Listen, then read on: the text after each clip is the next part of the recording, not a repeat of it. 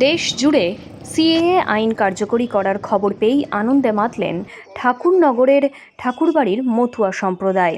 সন্ধে ৬টা থেকে নাগরিকত্ব সংশোধন আইন কার্যকরী হল সর্বত্র। 2019 সালের 12 জানুয়ারি নাগরিকত্ব সংশোধনী বিল পাশ হয়। লোকসভা ও রাজ্যসভার উভয় কক্ষেই নানান টানাপোড়েনের পর অবশেষে দীর্ঘ 5 বছরের পর সেই আইন কার্যকর হল। মতুয়াদের মধ্যে ঠাকুরনগর ঠাকুরবাড়িতে সিএএ চালু হওয়ার খবর শুনে এক উচ্ছ্বাস দেখা গেল। কি বললেন ডক্টর সুকান্ত মজুমদার, শুনুন বক্তব্য। সেটা লাগু হবেই বলা হয়েছিল। মাননীয় গৃহমন্ত্রী আগেই বলেছিলেন সিএ রুলস রেগুলেশন আইন হয়ে গেছে ভারতবর্ষের সংবিধান অনুসারে, ভারতবর্ষের লোকসভা এবং রাজ্যসভা থেকে। তার রুলস রেগুলেশন শুধু হওয়া বাকি ছিল, সেই রুলস রেগুলেশন বের করে দেওয়া হল।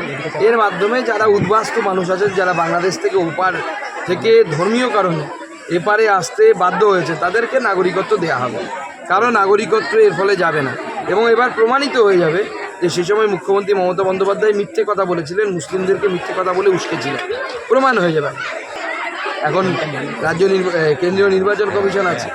মুখ্যমন্ত্রী জানেন কেন করা হয়েছে। মুখ্যমন্ত্রী মানুষকে ভুল বোঝানোর জন্য উস্কানি দেওয়ার চেষ্টা করছে।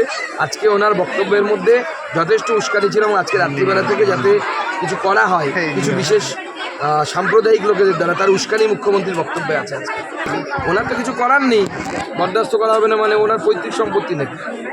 দেশের সংবিধান বলছে কে নাগরিকত্ব পাবে পাবে না, সে তো ভারতবর্ষের লোকসভা এবং রাজ্যসভা ঠিক করবে। তাহলে ওনাকে বলুন লোকসভা রাজ্যসভা তুলে দিতে, উনি পশ্চিমবঙ্গ থেকে ঠিক করে কলকাতা থেকে ঠিক করে পাঠিয়ে দিক, সেই অনুসারে গোটা দেশ চলুক।